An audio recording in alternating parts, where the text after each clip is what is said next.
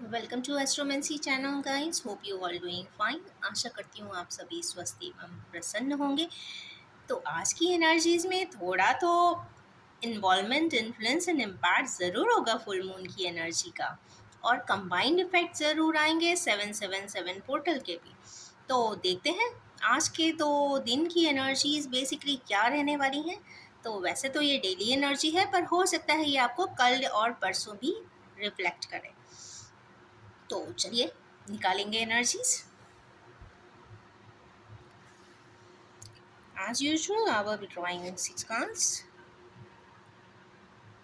भाई किसके लिए ये जजमेंट आया है? एम्परर। आज तो हैवी कार्ड्स है भाई, सुपर हैवी कार्ड्स आई है।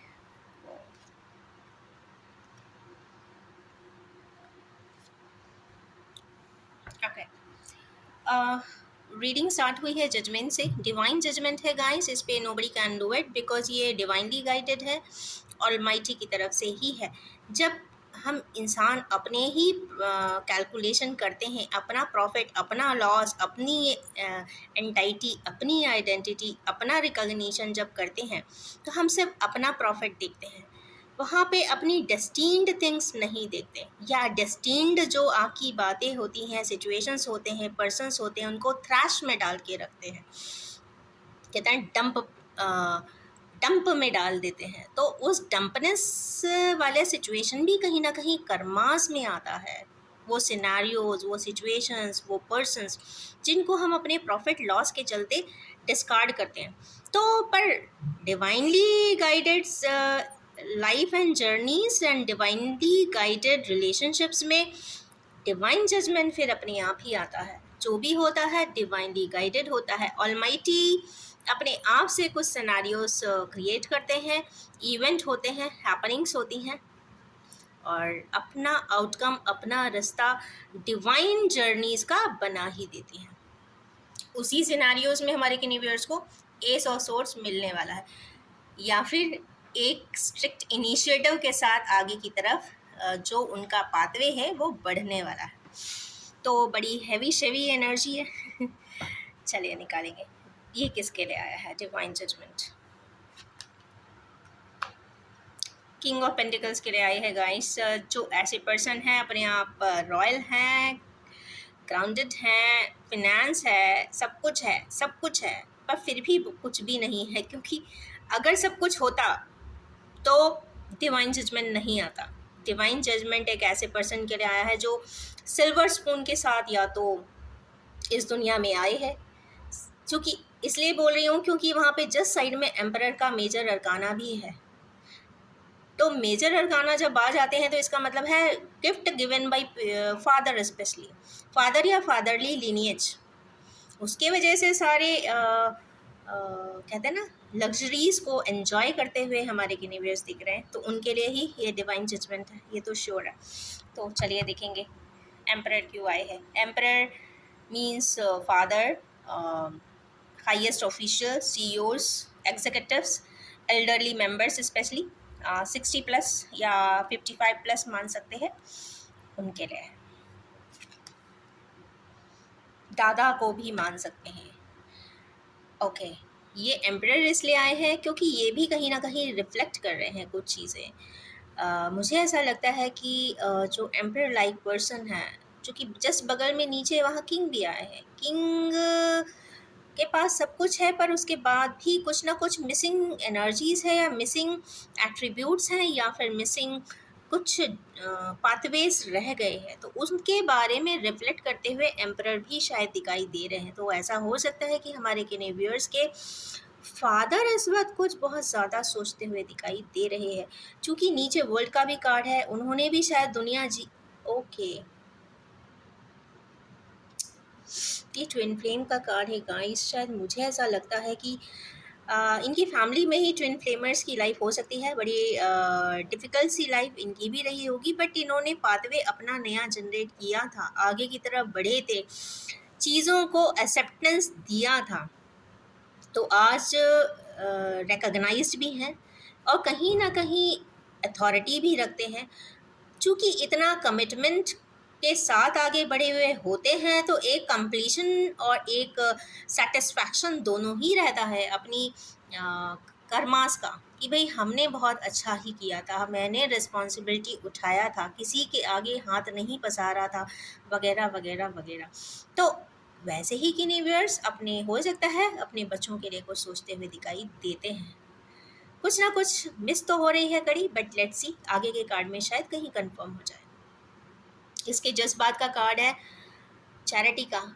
चूँकि एम्परर के बाद आया है, बड़ा डिफ़िकल्ट सी सिनेरियोज़ है, इसका मतलब है कि हमारे एम्प्रेस किसी प्रकार की चैरिटी करते होंगे, कर रहे होंगे, किया होगा।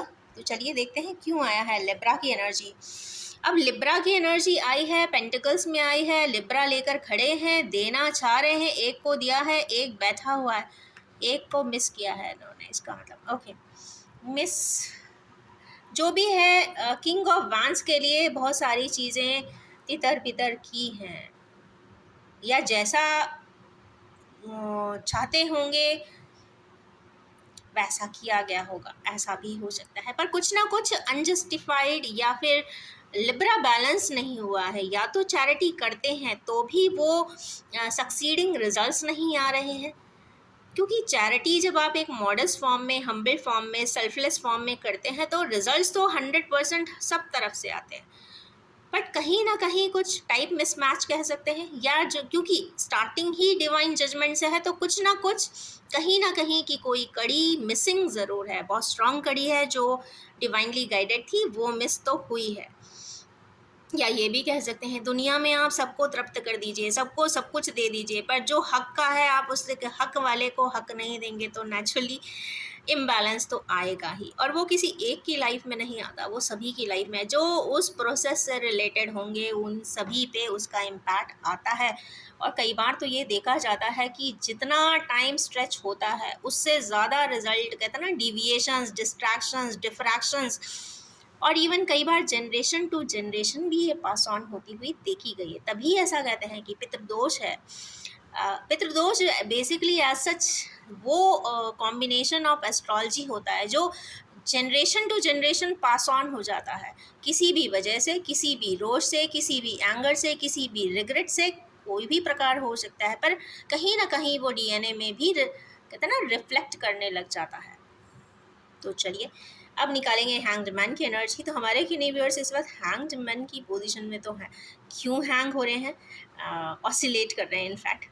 और पर ये एक बहुत विजडम का भी कार्ड कह सकते हैं कि नेपच्यूनल एनर्जी आ जाती है। जब नेपच्यूनल एनर्जी आ जाती है तो आप किसी को डैमेज नहीं करने का सोचते हो, आप खुद ही परेशान हो जाते हो, आप खुद ही एक बारी सोचने के लिए फोर्स्ड हो जाते हो कि ऐसा क्या है, क्यों है, कितना है, और मैं क्या करूं, या फिर लाइफ अपसाइड डाउन हो जाती है, या फिर आपकी सोच में ही टोटल परिवर्तन हो जाता है। तो चूंकि एक एम्परर का कार्ड आया है, चैरिटी आई है, तो कहीं ना कहीं हो सकता है वो ही हैंग की सिचुएशन में आए और सोचें कि कुछ ना कुछ वो मेंटल अप्रोचेस को डेफर करते हुए, अपराइट करते हुए, या अपसाइड डाउन करते हुए, या जैसा सिचुएशन था उसको जस्ट टर्न टेबल टर्न करके देखते हुए भी दिखाई दे रहे हैं। तो चलिए और निकालेंगे इसकी एनर्जी कार्ड्स। इसका मतलब है उनको भी दुख होगा, उनको कुछ ऐसा ज़रूर पता चलेगा जिससे उनको स्वयं ही कुछ दुख संताप हो जाने वाला है। कुछ ऐसा तकलीफ़, कुछ ऐसी पेनिट्रेटिंग पेन आज उन्हें शायद या तो महसूस हो, या आगे कभी महसूस होगा,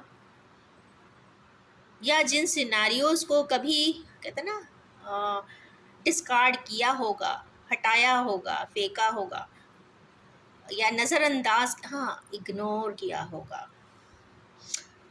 हो सकता है वो सिनारियोज़, वो पर्सन्स, वो इन्वॉल्व प्रोसीजर्स इतने पेनफुल किसी और के लिए भी रहे हों जो वो सोच भी नहीं सकते, ऐसा भी हो सकता है। बट आज की बड़ी डिफ़िकल्ट एनर्जी है, I don't know guys, I think ये 777 पोर्टल की एनर्जीज़ हैं। यहाँ तो फुल मून का इम्पैक्ट दिख ही नहीं रहा, कल ही ख़त्म हो गया लगता है। Anyways, page of pentacles, empress, यहाँ पे page of pentacles, okay. Empress तो आज भी एम्प्रेस के फॉर्म में है, एम्परर भी आए हैं, एम्प्रेस भी आई हैं। एम्प्रेस एम्प्रेस एम्प्रेस का भी रोल यहाँ पे बहुत ज़्यादा, ओके। एम्प्रेस एस और सोर्स को कनेक्ट कर रही हैं, इसका मतलब है डायगोनली।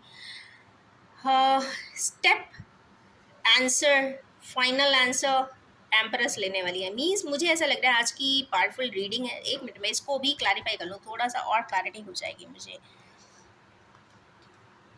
मेहनत 7 की एनर्जीज है guys, 3 wisdom and 7 is destiny. तो डेस्टिनी रिलेटेड प्रोसेस की तरफ आगे बढ़ना पड़ेगा, सुध बुध हो के करना होगा इस बार। और एल्डरली मेंबर्स आज के दिन दोनों ही आए हैं, तो मुझे ऐसा लगता है कि ये जो सिनारियोज एंड प्रोसीजर्स आए हैं, शायद ऐसा लगता है कि किसी समय पे हमारे किन्हीं व्यूअर्स से या उनकी फैमिली से कुछ ऐसा डिस्टर्बेंस ज़रूर हुआ है जिसके लिए फाइनल जजमेंट या डिवाइन जजमेंट आया है, या डिवाइन इंटरवेंशन है बेसिकली। और जो भी है, दोनों ही प्रोसेसेस के लिए शायद बहुत पेनफुल होगा। शायद अभी तक ना पता हो तो इसलिए समझ नहीं आता होगा, बट जब समझ में आएगा तो दुख तकलीफ होगा ही होगा, क्योंकि ये आज 3 ऑफ सोर्ड्स आए हैं। और ये 3 ऑफ सोर्ड्स जिस दिन आते हैं ना, 10 दिन तो नींद नहीं आती है, ये तो पक्की बात है। और चूंकि यहाँ पे सीनियर मेंबर्स हैं, मीन्स पेरेंट्स का इन्वॉल्वमेंट भी यहाँ पे श्योरली दिख रहा है। जो भी पर्सन है, सब कुछ है जिनके लिए आई थिंक पूरी रीडिंग आज ऑर्बिट हुई है। सब कुछ है, पैशन भी है, अचीवमेंट्स भी हैं और रिफ्लेक्टिव थॉट्स भी है। फिर भी ये इंटीग्रेट नहीं हो रहा है एक्शन में। एक्शन में सिर्फ एक स्टेप इंटीग्रेट हो रहा है, एंड दैट इज कुछ मेहनत हमारे व्यूअर्स को करनी होगी, कुछ मेहनत उनके घर में कोई फेमिनाइन एनर्जी जो बहुत स्ट्रांग है, अथॉरिटेटिव है, उन्हें करनी पड़ेगी। और कुछ एनर्जीज यहाँ पे एम्परर के हैं। तो मीन्स आज के देखिए इसमें एक भी क्वीन नहीं आई है, किंग आए हैं, पैशन वाले किंग आए हैं, लग्जरी वाले किंग आए हैं, सब कुछ है जिनके पास। किंग भी आए हैं, पेरेंट्स भी आए हैं, मींस एम्परर एंड एम्प्रेस भी आए हैं। तो इसका मतलब है कि आज की रीडिंग सुपर एक्टिव होने वाली है और कुछ ना कुछ स्टेप इन्फ्लुएंशियल इम्पैक्टफुल ज़रूर होने वाले हैं। लेट्स वेट फॉर 2 days मोर। मेरे ख्याल से 7th की रीडिंग भी स्ट्रॉन्ग आएगी, 7 जुलाई की। चलिए इसके निकालेंगे अब oracles. Guys bottom of the deck है यहाँ पे कम्युनिकेशन, तो क्लियर कट कम्युनिकेशन का कार्ड आज इसमें आया हुआ है। Set wise I'm going to draw one oracle from here, and let's see the outcome. Trapped in fear, judgment है कोई भाई। एम्परर को विजडम तो मिलने वाली है, इसका मतलब है कि कुछ इन्फॉर्मेशन शायद एम्परर को ही मिलेगी, ये हो सकता है। Just let me complete it.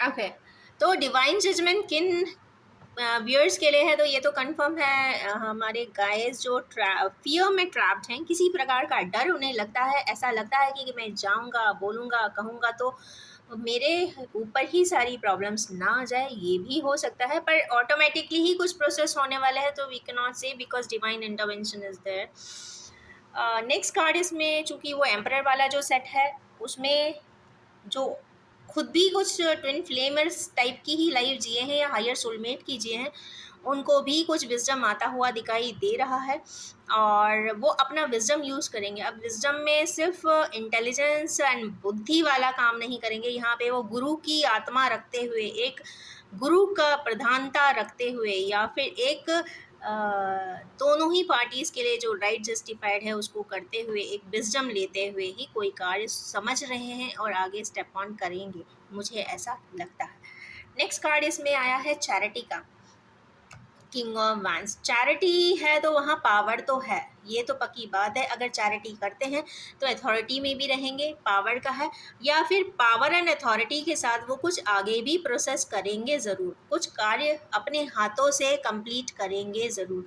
मुझे ऐसा लगता है कि ये कार्ड एम्परर एंड एम्प्रेस के लिए ही है।